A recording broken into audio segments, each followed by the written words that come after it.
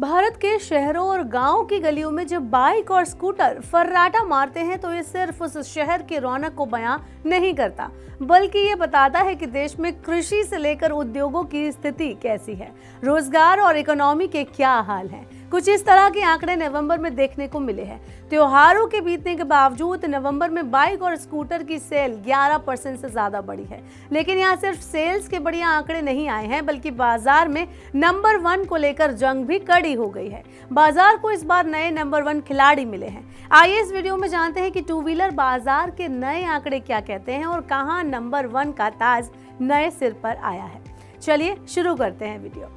सबसे पहले federation of automobile dealers association यानी फाडा के ताज़ा आंकड़ों पर नजर डाल लेते हैं।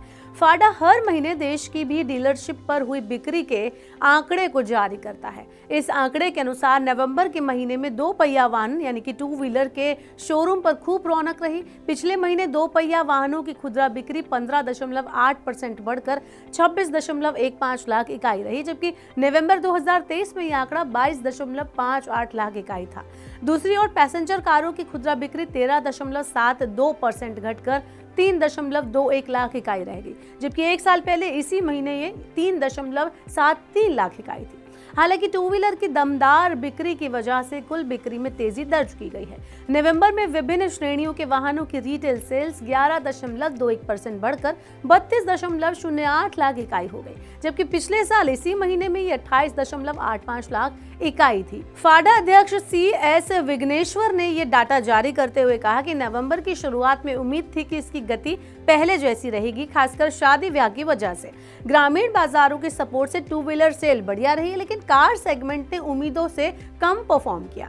अब ये तो हुई आंकड़ों की बात, लेकिन सिर्फ आंकड़े ही नहीं बल्कि इस बाजार में नंबर 1 के ताज भी बदल गए हैं। सबसे पहले बाइक के बाजार की बात करते हैं। यहाँ बीते महीने उलटफेर हुआ था और नंबर 1 पर बरसों से रही बाइक कंपनी हीरो मोटोकॉर्प को उसकी ही पुरानी साथी होंडा ने पछाड़ दिया था और बिक्री के हिसाब से नंबर 1 कंपनी बन गई थी। लेकिन ये ताज कम ही समय होंडा के सर पर रहा। अब एक बार फिर से नवंबर में हीरो मोटोकॉर्प ने 4 लाख से ज्यादा वाहन बेचकर होंडा, बजाज और TVS जैसी तमाम कंपनियों को पीछे छोड़ दिया है। हीरो मोटोकॉर्प ने नवंबर 2024 में 4.3 लाख यूनिट की बिक्री की। हालांकि पिछले साल यानी नवंबर 2023 की कंपैरिजन में कंपनी की बिक्री में 7.67% की कमी आई है। वहीं दिवाली के महीने यानी अक्टूबर की कंपैरिजन हम करें तो मासिक गिरावट और ज्यादा रही है। अक्टूबर के मुकाबले हीरो ने नवंबर में 33.07% कम वाहन बेचे, लेकिन फिर भी ये बिक्री के मामले में होंडा से आगे निकल गई है। वहीं इसकी कॉम्पिटिटर होंडा ने पिछले महीने घरेलू बाजार में 4.32 लाख यूनिट बेची, लेकिन असली खेल हो रहा है इलेक्ट्रिक टू व्हीलर के बाजार में। यहां अपने लॉन्च के बाद से नंबर 1 रही ओला इलेक्ट्रिक की कुर्सी हिलने वाली है। कंपनी की बिक्री 30% गिरी है और कंपनी का मार्केट शेयर 2% खिसक कर 24.5% पर आ गया। वहीं बजाज का चेतक इस और तेजी से बढ़ रहा है। बजाज ऑटो ने 24,978 पंजीकरण के साथ 22.59% का मार्केट शेयर हासिल कर लिया। TVS फिलहाल नंबर 2 पर है। TVS ने 23.55% बाजार हिस्सेदारी के साथ नवंबर में 26,036 रजिस्ट्रेशन किए। अब इस बाजार में होंडा की एंट्री के बाद उम्मीद है कि नंबर 1 की दौड़ में एक नया खिलाड़ी भी फर्राटा भरता दिखाई दे।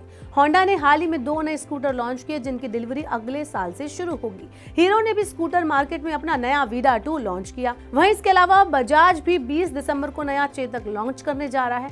ऐसे में माना जा रहा है कि ओला का सिंहासन जल्द स्कूटर मार्केट की पारंपरिक कंपनियों जैसे बजाज और हीरो या होंडा के हाथ में चला जाएगा। लेकिन अच्छी बात यह है कि ग्राहकों के लिए इस बाजार में फायदा ही फायदा है। आप हमें बता सकते हैं कि आपका पसंदीदा टू व्हीलर कौन सा है और अगर आप नया स्कूटर या बाइक खरीदने की प्लानिंग कर रहे हैं तो आप किस कंपनी के शोरूम का रुख करने वाले हैं। आप अपनी राय मनी9 को कमेंट बॉक्स में बता सकते हैं। वैसे इस तरह की और खबरों से अपडेट रहने के लिए बने रहिए मनी9 के साथ।